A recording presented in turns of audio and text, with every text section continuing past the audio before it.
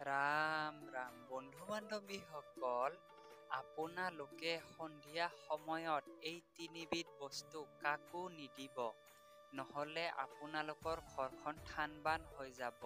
সেয়া কেৱল আপোনাৰ নিজৰ ঘৰৰ ব্যক্তিৰ মানুহে হওক, অইন পৰৰ মানুহে হওক, মুঠতে আপুনি এই তিনিবিধ বস্তু কাকো নিদিব, নহ'লে আপোনালোকৰ ঘৰখন উন্নতিশীল নহয়, কেৱল দৰিদ্ৰ হৈ যাব।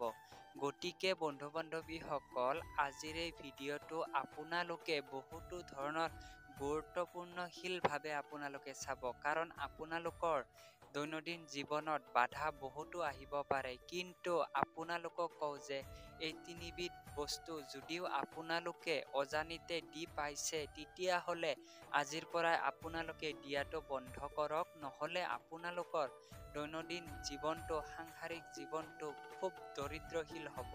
আপোনালোকে জীৱনত উন্নতি কৰিবলৈ নোৱাৰিব। গতিকে বন্ধু বান্ধৱীসকল, এই সৰু সৰু কিছুমান নিয়ম যদি আপোনালোকে কৰিবলৈ ধৰে, তেতিয়াহ'লে আপোনালোকে দৈনন্দিন জীৱনটো বহুতো ধৰণৰ সুখময় হ'ব। আপোনালোকৰ ধন টকা পইচাবিলাক আয় হ'ব। গতিকে বন্ধু বান্ধৱীসকল, সন্ধিয়া সময়ত আপোনালোকে টকা পইচা, ধান, লগতে নিমখ কাকো নিদিব। কাৰণ এই তিনিওটা বস্তু যেতিয়া আমাৰ ঘৰৰ পৰা বাহিৰ হৈ যায়, তেতিয়া মা লক্ষ্মী আই চিৰদিনৰ কাৰণে আমাৰ ঘৰৰ পৰা গুচি যায়, তেতিয়াহ'লে আপোনালোকৰ ঘৰখন দৰিদ্ৰময়ী হ'ব। গতিকে বন্ধু বান্ধৱীসকল, আপোনালোকে মনত ৰাখিব যে সন্ধিয়া সময়ত পাৰিলে ধন টকা পইচাবিলাক অইন বেলেগৰ পৰা নিজৰ ঘৰত সোমাবলৈ চেষ্টা কৰিব। তেতিয়াহ'লে মা লক্ষ্মী নদৈ আনন্দিত হয়, আৰু লগতে মা লক্ষ্মীৰ প্ৰতীক হৈছে ধান চাউল, ধন টকা পইচা। গতিকে বন্ধু বান্ধৱীসকল, যেতিয়া আপোনালোকে ৰাতিৰ ভাগত কোনোবা নিজৰ ব্যক্তিয়ে টকা ধাৰে বুলি আহে, বা অইন পৰৰ মানুহে টকা ধাৰে বুলি আহে, যদিও আপোনালোকক পইচা কেইটা নেক্সট দিনা ঘূৰাই দিম বুলিও কয়, তেতিয়াও আপোনালোকে ৰাতিৰ ভাগত কেতিয়াও টকা পইচাবিলাক আপোনালোকে নিদিব। কাৰণ এনেকুৱা কৰিলে আমাৰ ঘৰখনত শনি লাগে। গতিকে বন্ধু বান্ধৱীসকল, শনি যেতিয়া ধৰে তেতিয়া 12 বছৰলৈকে নেৰে।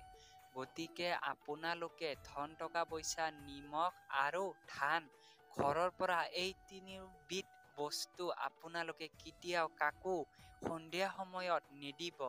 দিলে আপোনালোকৰ মা লক্ষ্মী আই বিনষ্ট হয়, আৰু হয় আপোনালোকৰ ঘৰখনৰ পৰা গুচি যায়, আৰু গুচি গ'লে আপোনালোকৰ ঘৰখন থান-বান হৈ যায়। আৰু সেইকাৰণে আপোনালোকে মৰি গ'লেও এই তিনিবিধ বস্তু কাকো নিদিব। সেয়া কেৱল আপোনাৰ লগ বন্ধু হ'ব পাৰে, নিজৰ ঘৰৰ ওচৰে পাজৰে থকা কিছুমান নিজৰ ব্যক্তিও হ'ব পাৰে।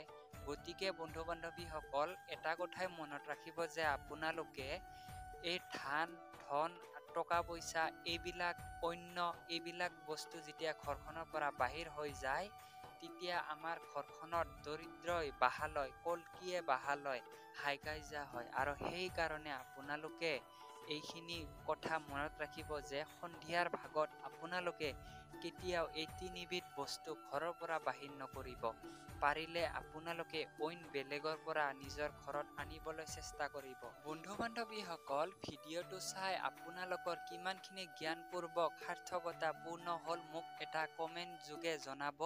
আৰু বন্ধু বান্ধৱীসকল, আমাৰ এষ্ট্ৰলজি চেনেলটোলৈ আপোনালোকক কেনেধৰণৰ ভিডিঅ'বোৰ লাগে এটা কমেণ্ট কৰি জনাব। মই সেই হিচাপে আপোনালোকৰ মাজলৈ খুব আগ্ৰহেৰে প্ৰস্তুত কৰিম। গতিকে বন্ধু বান্ধৱীসকল, ভিডিঅ'টো চাই যদি আপোনালোকৰ ভাল লাগিলে, তেতিয়াহ'লে আপোনালোকে নুবুজা কিছুমান সঁহাৰি মোক এই কমেণ্ট যোগে আপোনালোকে জনাব। তো আজিলৈ এৰিলোঁ, ধন্যবাদ।